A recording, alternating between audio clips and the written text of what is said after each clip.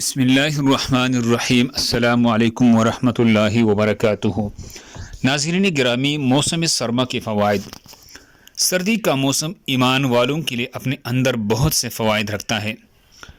موسمی تغیر اور رات دن کے چھوٹے بڑے ہونے میں قدرت کی نشانیوں میں غور و تدبر کرنے کا موقع ملتا ہے۔ راتیں لمبی ہونے کی وجہ سے تہجد پڑھنا آسان ہو جاتا ہے۔ دن چھوٹے ہونے کی وجہ سے روزہ رکھنا آسان ہو جاتا ہے۔ اسی طرح سردی کے موسم میں قضا روزی بھی آسانی رکھے جا سکتے ہیں۔ سورج اور اس کی دھوپ سے حاصل ہونے والی تفش کی نعمت کا احساس پیدا ہوتا ہے۔ موسم سرما کی مخصوص پل نصیب ہوتے ہیں جنہیں کھانے کے بعد شکر ادا کرنے کا موقع ملتا ہے۔ ٹھنڈی راتوں میں وضو، غسل اور طہارت کی مشقت کی وجہ سے درجات کی بلندی نصیب ہوتی ہے۔